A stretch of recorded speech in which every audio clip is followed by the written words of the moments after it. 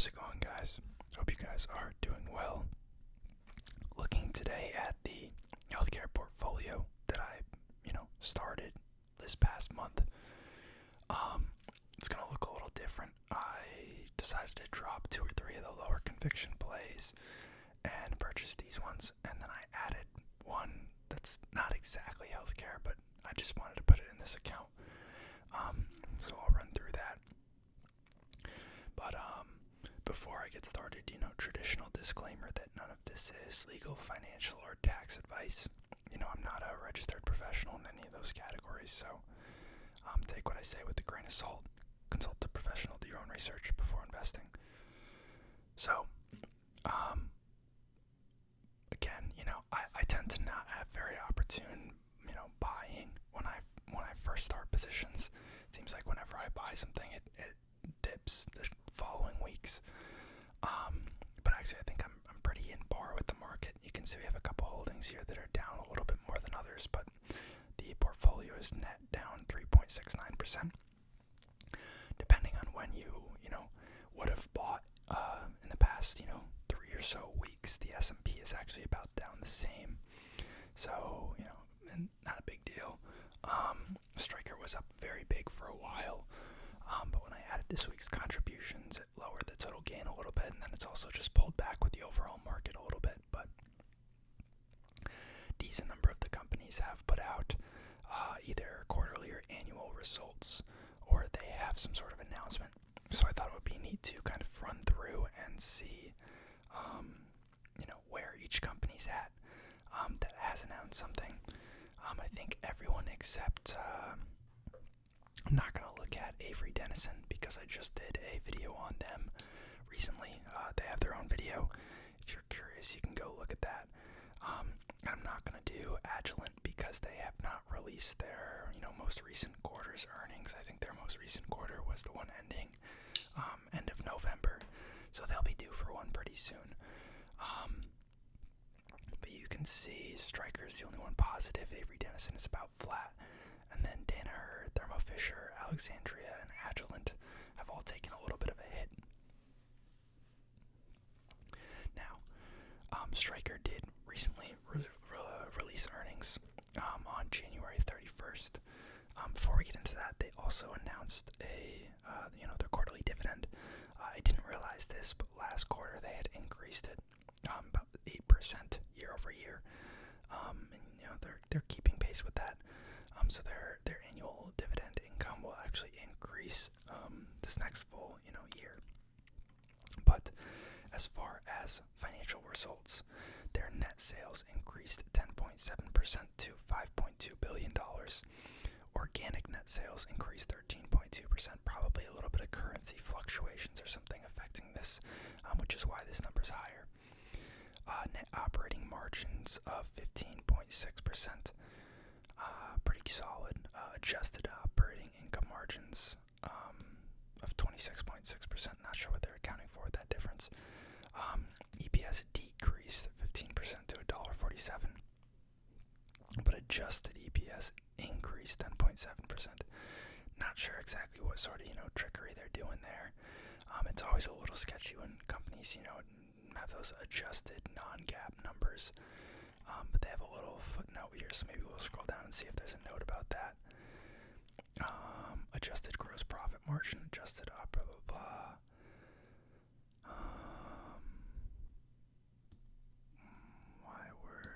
Why'd they make the reconciliation? That's what I want to know. Oh well.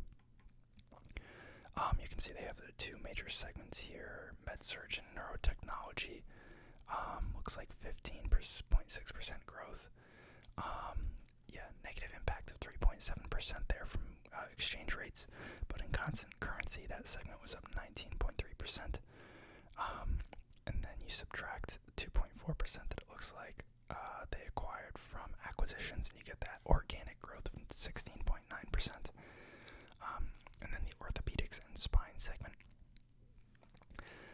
increase of 4.3%, but currency exchange, negative impact of 4%, and then a constant currency increase of 8.3, with a 0.1% divestiture subtraction gives you the organic growth 8.4%. So, pretty distinct difference between the two segments there. I don't know enough about the demand for each of those individual products, but both positive. Then looking at full year results here, we have net sales increase of 7.8% to $18.4 billion. Organically, that's a 9.7% increase. Reported operating income margin of 15.4%. Again, adjusted is 23.8%.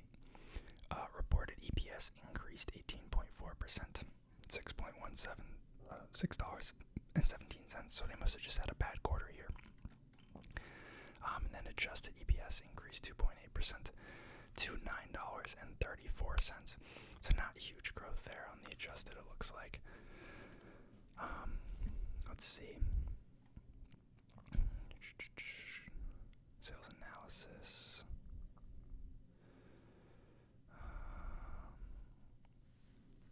Had some slight negative impacts due to lower pricing.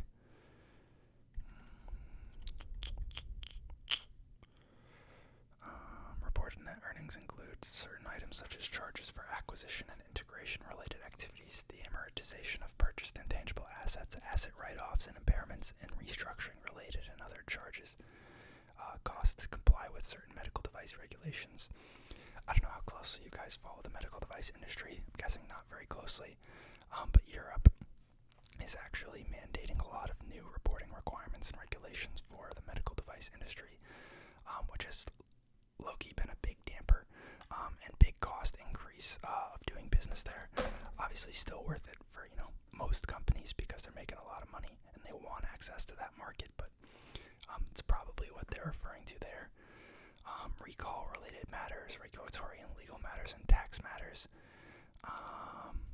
They're looking at margins there. Net earnings of, is that quarterly and yearly?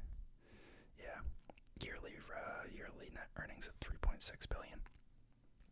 So, not too bad. 2023 outlook. They believe there will continue to be macroeconomic volatility caused by alleviating supply chain disruptions, inflationary risks, and currency fluctuations. Despite this, they think they have good momentum. They expect organic net sales growth to be in the range of 7 to 8.5%, and they expect adjusted net earnings per diluted share to be in the range of $9.85 to $10.15, which will be a decent increase. We expect the impact of price to be between 0% and negative 0.5%.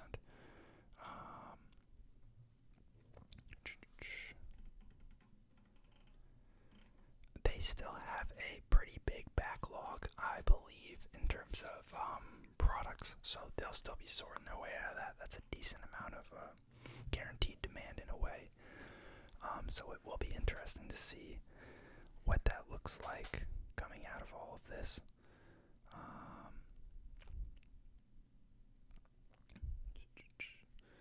Geez, they spent $1.5 billion on R&D. That's insane.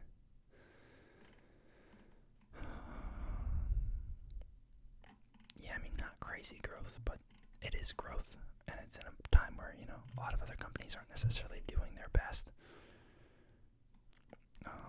We look at the U.S. breakdown here.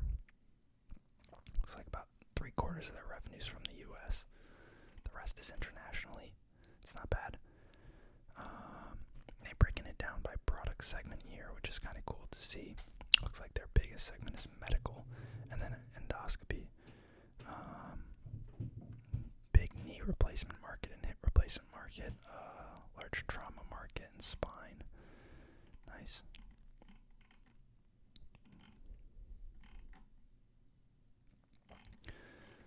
What else do we have here? SG&A, gross profit, R&D. Yeah, okay. Not bad. Next we have Danaher. They already had their earnings out last time when I reviewed them originally in the portfolio, but they have since announced that they will be spinning off their Environmental and Applied Solutions segment, their EAS segment, at the end of this year. So it'll become its own publicly traded company. Now, why does this matter? A couple of reasons. I don't think I'll end up keeping them. But, some of the spin-offs that they've done in the past couple of years actually haven't done too bad. We can see Fortive here. They spun off 5 years ago. Up 60%, which I believe is slightly more than the S&P during that same period. And then they had, so Fortive, I think, is some sort of advanced medical solutions company, so I'm a little confused why they're spinning that off if they're trying to move in that direction, because that's kind of what will be left once they spin off the environmental solutions segment, is that they'll be left with the life science and diagnostics and testing segments. So I don't know, sounds like something they should have kept, but then Invista Holdings is like a dental equipment company. It hasn't been out quite as long, but it has returned 32% in the past, looks like about 2 years, 2.5 years, and that's through COVID, so not too bad. I don't think I'll end up holding it solely because I do like Danaher for the life science and healthcare businesses. So I think that I'll just sell this off once it gets spun off. But another thing is, a lot of these, this might not be the same because this is a pretty big spin-off, but if you look at a lot of the spin-offs from large blue chip companies, in theory, the shares that are distributed of the new company, that's part of the old company. It's being broken off, so you should see a somewhat similar decrease in the total market cap of the original company as a result of the new company being spun off. But a lot of the times what happens with the very big blue chip companies, we could look at Pfizer, for example, when they spun off Viatris. We could look at Becton Dickinson when they spun off Embecta.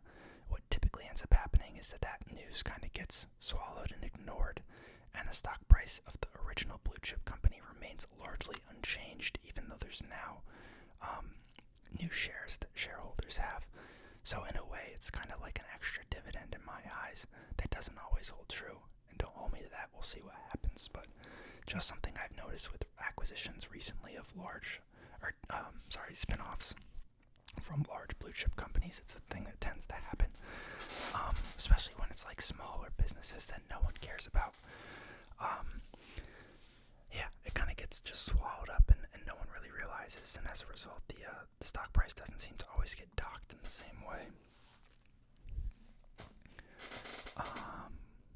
Then we have Thermo Fisher. Fourth quarter and full year 2022 highlights. Fourth quarter revenue grew 7% to $11.45 billion. Fourth quarter GAAP EPS was $4.01. Adjusted EPS was $5.40. Full year revenue grew 15% to $45 billion. Diluted EPS was $17.63. Adjusted EPS was $23.24. Very, very solid growth there.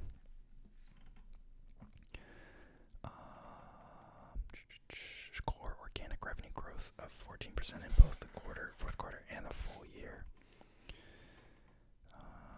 Returned $3.5 billion of capital to shareholders through stock buybacks and dividends when they bought a company called The Binding Site for $2.7 billion. Mostly repeat. For annual guidance, they expect to achieve revenue of $45.3 billion. Very, very small increase, so basically flat. Core revenue growth of 7% though, so some of this is probably getting eaten away by currency and supply-related issues. Company expects to achieve adjusted EPS of $23.70 versus, what was it, $23.24 before. So, again, not a huge increase. I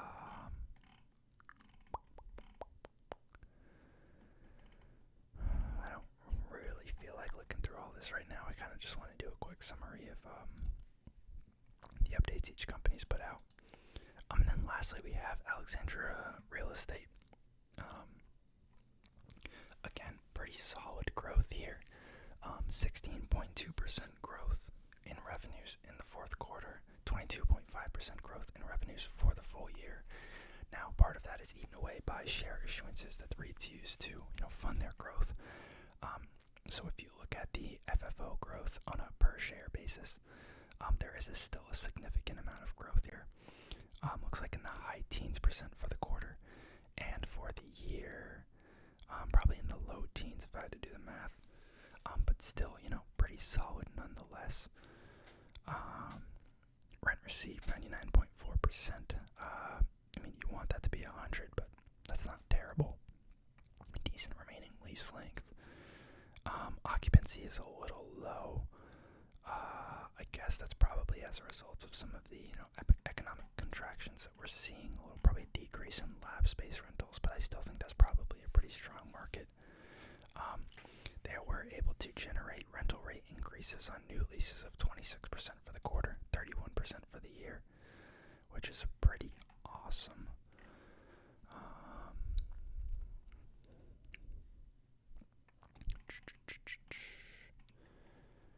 They raised their dividend 5% year over year. Current yield's about 3.3%. Dividend payout ratio of 58%, which is pretty low. Dividend per share growth of 6.5% over the last 5 years. Very, very nice. Yeah, nothing crazy. All pretty solid if you ask me. This is probably one of the ones I'm least worried about. But definitely nothing safe right now. Thank you guys for watching. Let me know how your portfolios are doing, and I'll see you next time. Peace.